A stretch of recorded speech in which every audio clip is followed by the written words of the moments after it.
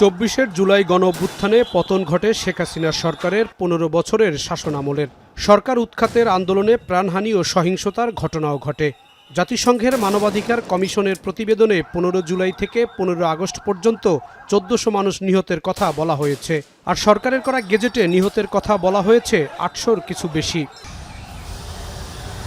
জুলাইয়ে সংগঠিত মানবতা বিরোধী অপরাধের বিচার করতে আন্তর্জাতিক অপরাধ ট্রাইব্যুনাল আইনের সংশোধন করে ডক্টর ইউনূসের অন্তর্বর্তী সরকার। শুরু হয় বিচার কাজ। সাবেক প্রধানমন্ত্রী শেখ হাসিনাকে প্রধান আসামি করে প্রথম মামলার আসামি 3 জন। গেল বছরের 17 নভেম্বর শেখ হাসিনাকে জুলাইয়ের মানবতা বিরোধী অপরাধের দায়ে মৃত্যুদণ্ডের রায় দেওয়া হয়। এ পর্যন্ত 6টি মামলা নিষ্পত্তি করেছে আন্তর্জাতিক অপরাধ ট্রাইব্যুনাল। এতে 16 জনের মৃত্যুদণ্ড, 11 জনের যাবজ্জীবন, 35 জনের বিভিন্ন মেয়াদে সাজা দেওয়া হয়েছে। এছাড়া বিচারাধীন রয়েছে 20টি মামলা। নথিভুক্ত করা হয়েছে জুলাইয়ের 509টি অভিযোগ।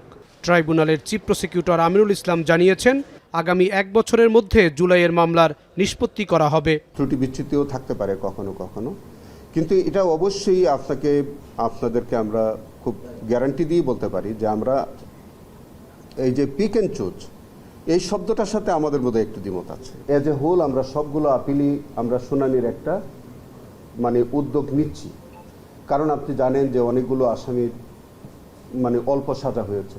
যে আসামিগুলোর সাজা অল্প ছিল, যেগুলো আমরা এনহ্যান্সমেন্টের জন্য আপিল করেছিলাম, সেই আপিলগুলো আমাদের দ্রুত নিষ্পত্তি হওয়া প্রয়োজন। আমরা ওয়াইফাই ছাড়াই ধূপধাপ আপলোড করি, কারণ আমাদের কাছে বেশি জিবি আছে। বেশি জিবি জিতবেন মাই জিপি অ্যাপে। জুলাই গণঅভ্যুত্থানে সারা দেশে 1866টি মামলা হয়েছে। এর মধ্যে 799টি হত্যা মামলা। একটি মামলায় 1000-এরও বেশি আসামি রয়েছে। কয়েকটি মামলার তদন্ত শেষ করে শেখ হাসিনা সহ অনেককে অব্যাহতিও দিয়েছে পুলিশ। এক মামলায় এত আসামি করার বিষয়ে সুপ্রিম কোর্টের সিনিয়র আইনজীবী কাজী জাহেদ ইকবাল বলেন, বেশি আসামি করায় তদন্ত শেষ হচ্ছে না, অনেককে হয়রানিও করা হচ্ছে, এতে ন্যায় বিচার ব্যাহত হচ্ছে। দ্রুত তদন্তগুলো শেষ করা, সেই জন্য প্রয়োজনীয় সাপোর্ট দেওয়া পুলিশকে, লজিস্টিক হোক, তাদের তদন্ত কর্মকর্তা হোক, এবং একই সঙ্গে রাষ্ট্রকে বেছে নিতে হবে যে এর মধ্যে কোন মামলাগুলো মানবতা বিরোধী মামলা হিসাবে চিহ্নিত হবে, সেখানে যাবে।